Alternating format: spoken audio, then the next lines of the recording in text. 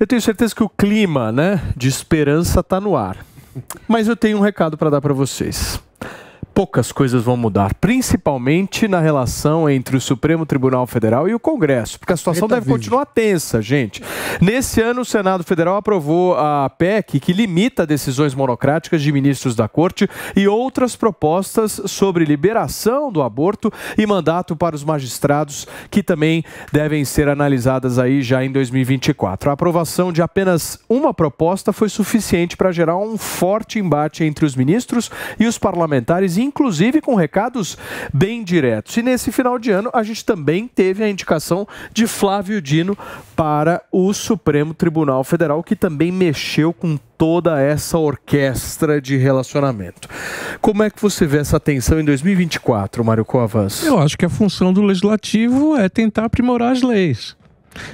Eu acho que é um clamor da sociedade de que o Supremo estava invadindo algumas coisas que eram questões legislativas, tomando decisões conflituosas, monocráticas, complicadas, a ponto de deixar alguém que sequer foi julgado morrer na prisão, né, por conta de uma decisão. Eu acho que isso que se coloca como tensão, na verdade, é uma reação que o Supremo está tendo em função de uma atitude que o Congresso tomou. Mas se cada vez que o Congresso for modificar alguma lei, algum poder for achar que aquilo é simplesmente para alterar aquele poder, por que não pode ser para melhorar as relações? Por que não pode ser para aprimorar o funcionamento das instituições? Eu penso que o Congresso acertou. Mas vai continuar a tensão? Vai na medida que o Supremo reagir a isso. Agora, o Supremo também já agiu contra o Congresso e houve reação do Congresso quando ele desfez uma lei que o Congresso tinha aprovado, né? Enfim, não... Eu gosto quando as coisas não estão calmas, particularmente. Você gosta da treta. Tem coisa assim, o Supremo ele não desfaz a lei, né? Ele analisa a constitucionalidade dela. Não, mas nesse caso ele desfez mesmo, porque o Congresso deu um benefício para uma entidade de funcionários que o Supremo suspendeu. Eu não estou por dentro do caso, mas o que o Supremo faz é analisar a constitucionalidade da questão. É o que deveria fazer. Ele não está ali, ele não falou, eu estou desfazendo essa lei porque ela é ruim.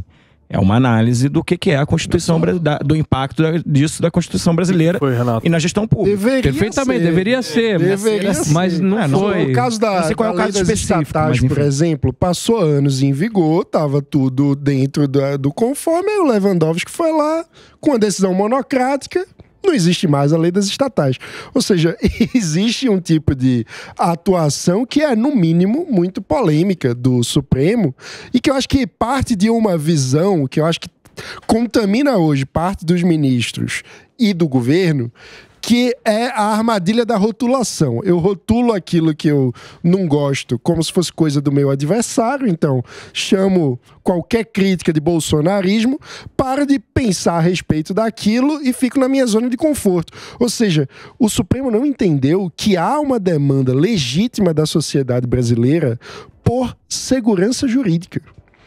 E está, enfim, reagindo a uma atividade legítima do Congresso de tentar responder a essa demanda legítima da sociedade.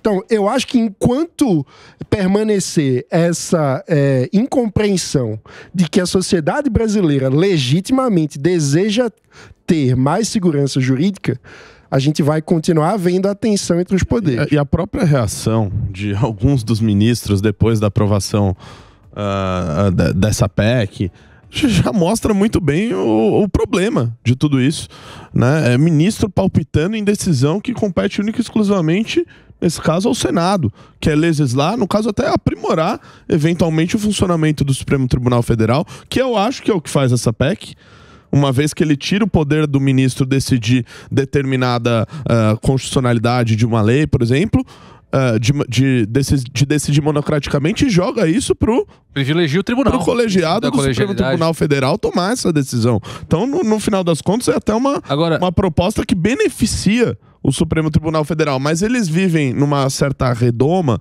que mostra que, olha, não mexa aqui no meu quadrado, aqui a gente que manda, aqui a gente faz as coisas do jeito que a gente quiser, e se vocês fizerem algo contra isso, nós vamos lá e vamos fazer sabe lá o quê, porque assim, eu vejo os palpites que os ministros deram, as declarações depois da aprovação dessa lei, são absurdos. Gente. Renato, tem o problema, se você faz a análise do cenário, é aquele problema que está tão evidente que a gente fica até com dificuldade de ver.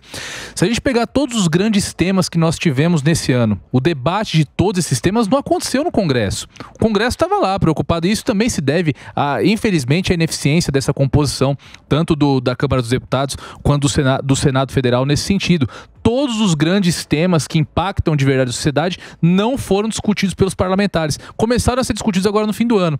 Drogas, aborto, imposto sindical, marco temporal, tudo isso foi discutido lá no Supremo, que evidentemente não é o palco para que essas discussões ocorram. Mas onde afinal, é que isso vai parar? Ninguém votou em ministro Onde é que Supremo. vocês acham que isso vai parar? Olha, onde vai parar eu não sei, mas que vai intensificar com a indicação do Dino para o Supremo, eu acho que vai intensificar bastante, porque apesar de tecnicamente ele ter todos os componentes e ok, eu acho que ele é um porta-voz político muito forte. O apoio do Alexandre de Moraes e do Gilmar Mendes. Ô Ricardão, você não acha que é ao contrário? Você não acha que a indicação do Dino de alguma forma é uma tentativa por parte do governo de fazer um arranjo? Eu acho que é conveniente para o governo para abrir um espaço ali no Ministério da Justiça. Não foi rejeitado pelo Congresso Nacional, certo? O Flávio Dino, inclusive, teve o apoio do próprio ministro Alexandre de Moraes, que articulou ali para que ele fosse o indicado do presidente Lula. Vocês não acham que seria um arranjo? O Senado vai aceitar? O Senado nunca recusou ninguém. Já foi, já é passado. O Paulinho, eu acho que a questão da indicação do Dino é une útil e agradável. Como eu disse no começo aqui, a hora que eu entrei no programa, eu acho que, primeiro que tira de cena um grande protagonista do governo que ameaça a figura do próprio Lula.